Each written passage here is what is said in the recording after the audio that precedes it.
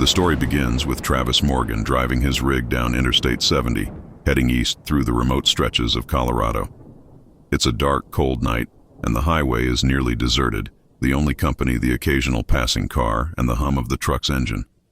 Travis is transporting a load of machinery to Kansas City, and he's on schedule, though the long drive through the mountains has left him feeling drained. The radio plays softly in the background, a classic rock station fading in and out as he moves through different regions. Travis is used to the late-night shifts, but there's something unsettling about this particular stretch of road. The mountains loom like dark sentinels on either side, and the wind howls through the valleys, creating an eerie, almost mournful sound. As he drives, Travis notices a figure standing by the side of the road up ahead, illuminated by his headlights. It's a hitchhiker, a young woman in her early 20s, wearing a pale dress that seems out of place in the chilly night air. She holds out her thumb, signaling for a ride. Travis is hesitant. He rarely picks up hitchhikers, especially on such a lonely stretch of highway. But something about her seems desperate, and he can't bring himself to leave her behind. He pulls over. The truck's air brakes hissing as it comes to a stop. The woman climbs into the passenger seat, her movements slow and deliberate, as if she's exhausted. She introduces herself as Emily, her voice soft and distant, and thanks Travis for stopping. There's a chill in the air that wasn't there before, and Travis feels a strange, uneasy tension building in the cab. As they continue down the highway, Emily begins to speak, her tone calm but laced with a sense of urgency. She tells Travis that she's been waiting for someone like him, someone who might be able to help. She warns him of a danger up ahead, something that has been claiming the lives of travelers on this road for years. Her words are cryptic, and she seems to struggle to explain what exactly is wrong, but the fear in her voice is palpable. Travis tries to ask her more questions, but Emily becomes increasingly vague, her answers trailing off into silence. The temperature inside the cab drops further, and Travis notices that the windows are starting to fog up, despite the heater being on full blast. The radio cuts out, replaced by static and faint whispers that send a shiver down his spine. Suddenly, Emily's demeanor changes. She grabs Travis's arm, her grip surprisingly strong, and tells him to stop the truck immediately. Her eyes are wide with fear, and there's a sense of desperation in her voice that he can't ignore. Travis pulls over to the side of the road, his heart pounding, and as soon as the truck comes to a stop, Emily opens the door and steps out into the darkness. Before Travis can react, she's gone, disappearing into the night without a trace. The passenger seat is empty, and the door hangs open, swaying slightly in the wind. The only sound is the steady hum of the engine and the distant howl of the wind through the mountains. Travis is left sitting in stunned silence, unsure of what just happened. As Travis tries to process the encounter, the truck's CB radio crackles to life, broadcasting a faint, distorted message.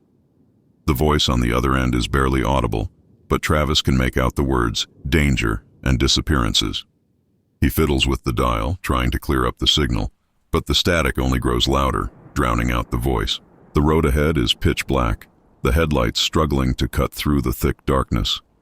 Travis feels a growing sense of dread, as if something is watching him from the shadows. The highway, which had been empty just moments before, now seems to stretch on indefinitely, the landscape warping and shifting in the dim light.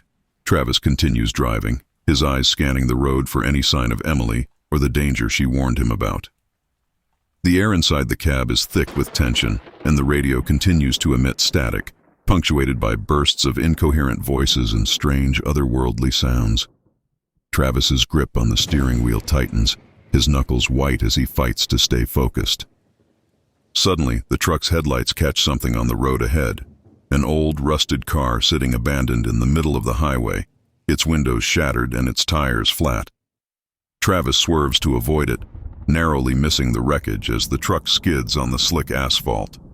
The moment he passes the car, the radio clears up, and the voice returns, stronger and more urgent than before.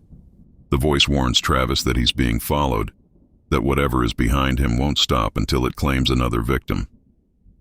Travis glances in the rearview mirror, but there's nothing there, only the dark, empty highway stretching out behind him.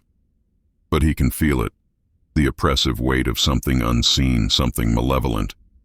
The air inside the cab grows colder still, and the fog on the windows thickens, obscuring his view. Travis knows he has to keep moving to outrun whatever is hunting him, but the road ahead is treacherous, filled with sharp turns and sudden drops. The mountains close in around him, the cliffs rising like jagged teeth on either side. As Travis races down the highway, the sense of dread intensifies. The road seems to twist and turn in impossible ways, leading him deeper into the heart of the mountains. The radio continues to broadcast warnings, the voice growing more frantic with each passing mile. Travis's breath comes in ragged gasps, his heart pounding in his chest as he fights to keep the truck on the road. Just as the tension reaches its peak, Travis sees a figure standing in the middle of the road up ahead. Emily, her pale dress glowing in the headlights. He slams on the brakes, the truck skidding to a stop just inches from her. The air is thick with smoke, and the smell of burning rubber fills the cab. Emily steps forward, her expression calm but resolute. She tells Travis that he needs to leave the highway immediately, to take the next exit and never look back. The danger that has been following him is closing in, and there's no time to waste. Travis hesitates, but something in her voice convinces him to listen. He turns the truck around and heads for the nearest exit, the road ahead finally clearing as the sense of dread begins to lift. The radio falls silent, the static fading away as Travis drives away from the highway, leaving the mountains and the darkness behind.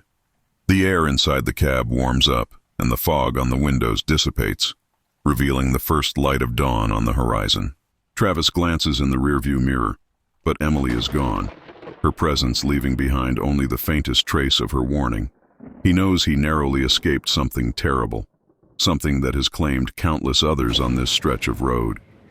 As he drives away from Interstate 70, Travis can't shake the feeling that he was saved by a spirit with unfinished business, a ghost trying to prevent others from meeting the same fate.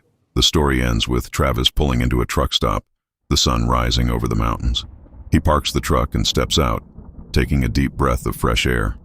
The encounter with Emily and the events on the highway will stay with him forever, a reminder of the dangers that lurk on even the most familiar roads. As he prepares to continue his journey, Travis resolves to trust his instincts and to be more cautious in the future. The memory of Emily's warning will be a constant companion, guiding him as he navigates the open road.